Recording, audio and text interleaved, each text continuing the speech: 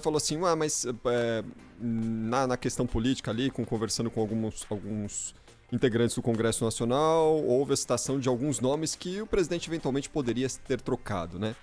E claro que talvez o nome mais citado entre eles foi do ministro do Meio Ambiente, Ricardo Salles, que ali nos bastidores, teoricamente, sofre uma pressão grande por uma modificação dentro da esplanada dos ministérios. Você Hoje... sabe que não, né? Isso na verdade, viu, Cris? Aham. Isso é uma coisa de... Porque assim, o ministro Ricardo Salles, o ministro do Meio Ambiente, ele está entre aqueles ministros do governo Bolsonaro que são os mais detestados pela esquerda. Por quê?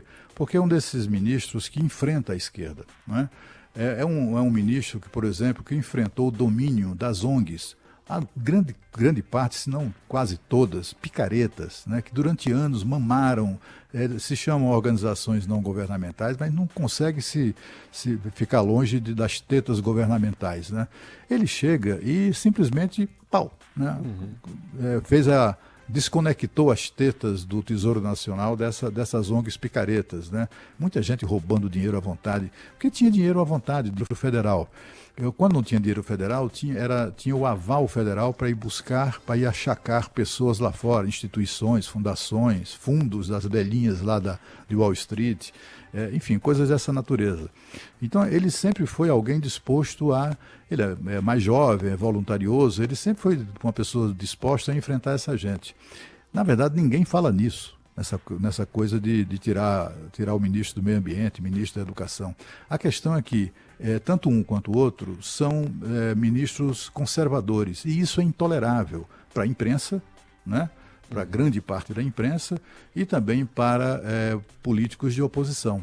Se você for verificar as conexões que há entre essas ONGs picaretas que sugavam bilhões do Estado brasileiro com os deputados ligados a essa ONG, aí você começa a entender por que tanta má vontade com ministros com relação, como, por exemplo, o Ricardo Salles. Eu acho que ele é uma coisa muito, assim, não se aproxima da... Ele é mais, politicamente, muito mais esperto, muito mais atento.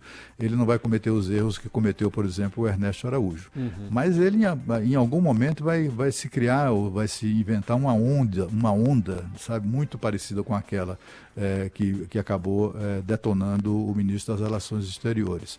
Mas, assim, do ponto de vista do governo, eu apuro isso, tenho isso, o pulso dessa história no dia a dia. Do ponto de vista do presidente do governo, não há a mais mínima intenção de mexer nisso, nem no ministro do Meio Ambiente, nem no ministro da Educação. Simples assim, não tem isso. Mas